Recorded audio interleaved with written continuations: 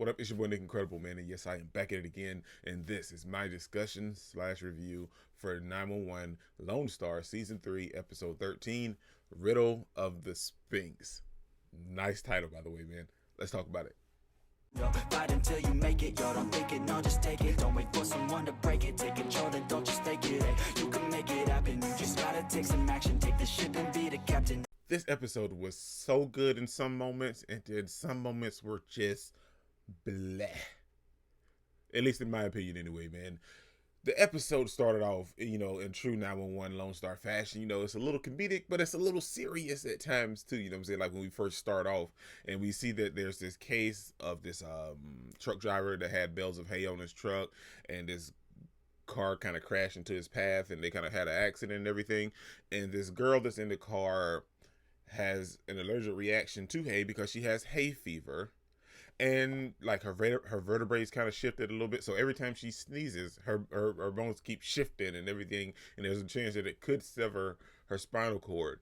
But she thinks that she hits a deer, and in all actuality, she hits a cyclist and amputates his foot, and he's thrown way over here hiding under some hay. They had some some music playing like while they were searching for a cyclist in the bale of hay.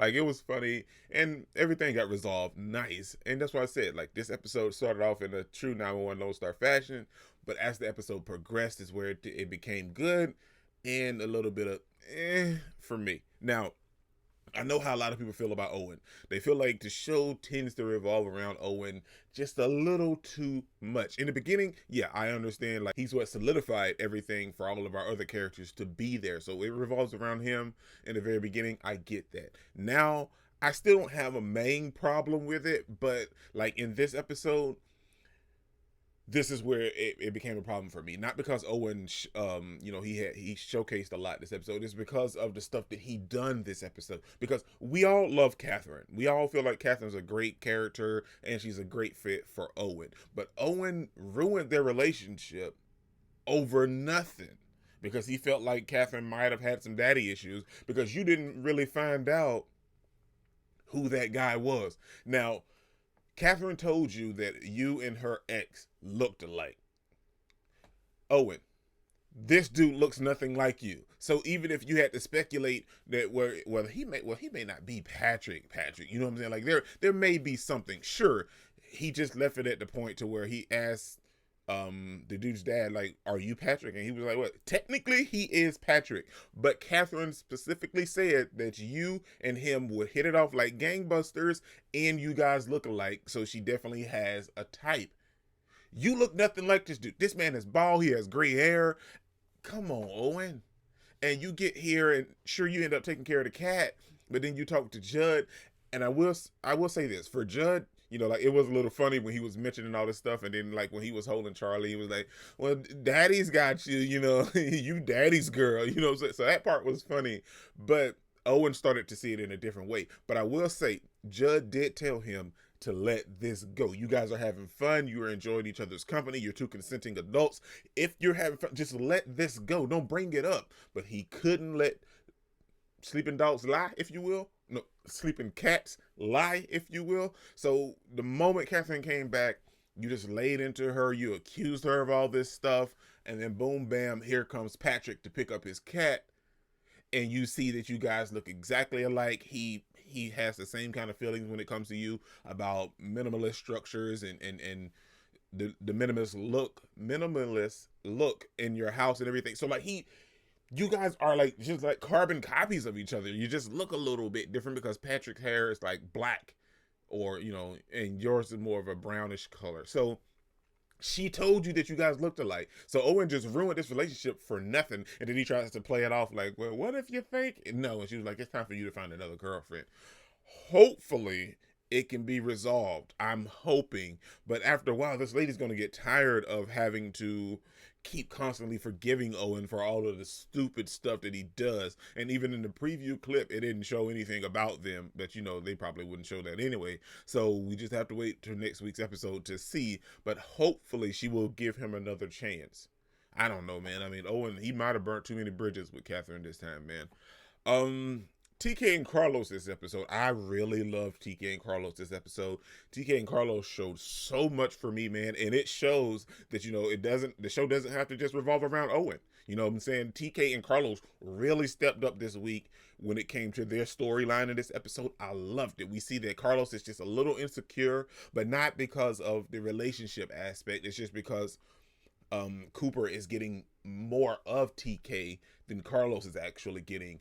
And I love the fact that like when they actually had like a conversation about it, TK was like, well, he's straight, by the way, you know what I'm saying? He was like, but that's not the problem. I don't care about that. I don't think you're cheating. It's just that he has more of you than I do. But I feel like this is really a big step for TK because, he's constantly calling Cooper because we know that his mom was the foundation for his sobriety and for him being sober. But if you would, how I want to say, with his mom gone, he doesn't really have that structure anymore. So Cooper is becoming that. I don't want to say he's using him as a foundation, but he found someone to help him actually build a foundation. You know what I'm saying? Like he built his own foundation. So he found another helper to help him build that foundation on his own. And him and Coop have a good relationship. And Coop seems like he's cool with Carlos because TK talks about Carlos so much. But throughout this episode, we see that Carlos feels a little weird about Cooper, if you will. And at the end of the episode, we see that TK is really reeling because of the last call that they had to take about the kid and his mom dying right in front of him. And that kind of messed with TK a little bit. And we see him look through photos of him and his mom. And Carlos makes that huge step, man, which was fantastic. And calling Cooper himself and not letting TK kind of just sit there in that funk that he was in. And called Cooper, got them a pizza, put it in the oven, and he left to give them that time alone so TK can really talk and have these conversations with Cooper without Carlos being there. So he doesn't really have to show that side of himself to Carlos. And I feel like that was a huge step for Carlos to really just acknowledge that and realize that, hey, he really needs help because he's really struggling and I can't give it to him. So for him to go out of his way to call Cooper and then invite him there to do that, big ups for Carlos, man. I loved it. I thought it was fantastic. Tommy this episode was fantastic. I love Tommy stepping out of her shell, having the little fun with the lady that was at her grief support group meeting. They were having fun, and I don't know if anybody else knows this, but she is the nanny on Home Economics, which I love that show. It's a funny show. But anyway, they were having like some fun at the expense of the guy that was hosting or whatever, or talking about it in group.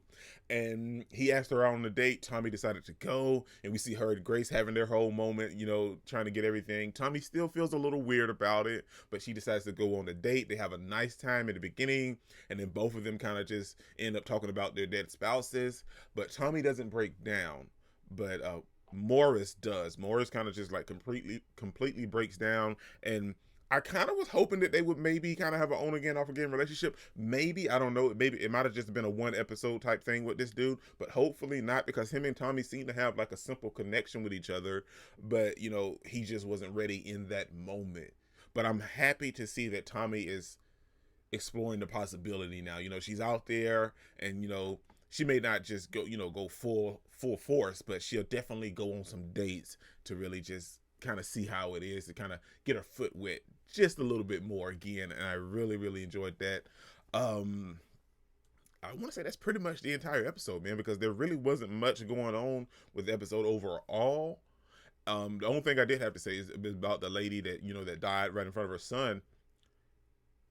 Why she didn't put the car in park or back up and get out to get the little ticket stub thing. I don't, there was a million other ways she could have went about that instead of actually doing what she actually done, which resulted in her death. But that's just me, but I just felt like there was so many other ways to go about that than the way that she actually went about it.